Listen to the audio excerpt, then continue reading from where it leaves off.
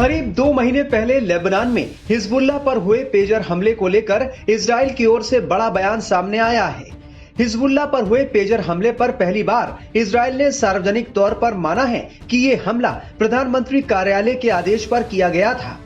प्रधानमंत्री Benjamin Netanyahu ने रविवार को कहा कि उन्होंने हिजबुल्लाह के कम्युनिकेशन गैजेट पर सितंबर में घातक हमले को मंजूरी दी थी, जिसमें लेबनान में विस्फोट हुआ था। पहली बार इजराइल ने इसमें शामिल होने की बात कबूल की है।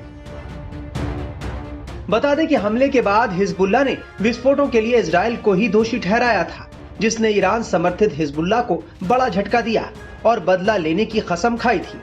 इजरायली प्रधानमंत्री नेतन्याहू के प्रवक्ता ओमर दोस्तरी ने हमलों के बारे में बताया कि नेतन्याहू ने लेबनान में पेजर ऑपरेशन को हरी झंडी दी थी। बता दें कि सितंबर में हिजबुल्लाह कार्यकर्ताओं के पेजर में सुपरमार्केट, सड़कों पर लगातार 2 दिनों तक विस्फोट हुए थे। इस हमले में लगभग 40 लोगों की मौत हो गई थी और लगभग 3000 लोग घायल हो गए थे। इस बीच हिजबुल्लाह और ज्यादा हमलावर हो गया है। खास तौर से उत्तरी बॉर्डर पर उसने अंडरग्राउंड ठिकाने बनाकर इजराइल में बड़ी तबाही की तैयारी कर ली है। अब बेंजामिन नेतन्याहू के सामने बड़ा संकट आ गया है कि वो एक साथ इतने मोर्चों पर युद्ध कैसे लड़े।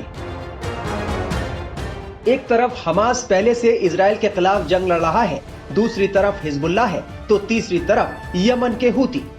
इजराइल के दावे फेल साबित हो रहे हैं क्योंकि हमास के लड़ाके गाजा में इजरायली डिफेंस फोर्स के सैनिकों पर गोरिल्ला वार कर रहे हैं, जबकि हिजबुल्लाह लड़ाकों ने 2 फ्रंट से इजराइल पर हमले शुरू कर दिए हैं।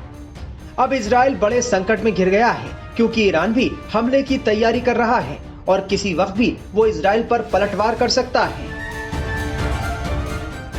इजराइल बड़े संकट में घिरता दिख रहा है क्योंकि इतनी तबाही मचाने के बाद भी हिजबुल्लाह खत्म नहीं हुआ है, बल्कि पहले से ज्यादा खतरनाक दिख रहा है। उसने लितानी से लेकर उत्तरी बॉर्डर तक ठिकाने बना लिए हैं। हिजबुल्लाह ने खुफिया ठिकाने जमीन के नीचे बनाए हैं, सुरंग नेटवर्क भी तैयार कर लिया है। बॉर्डरों से 0 डिस्टेंस से रॉकेट फायर किए जा रहे हैं।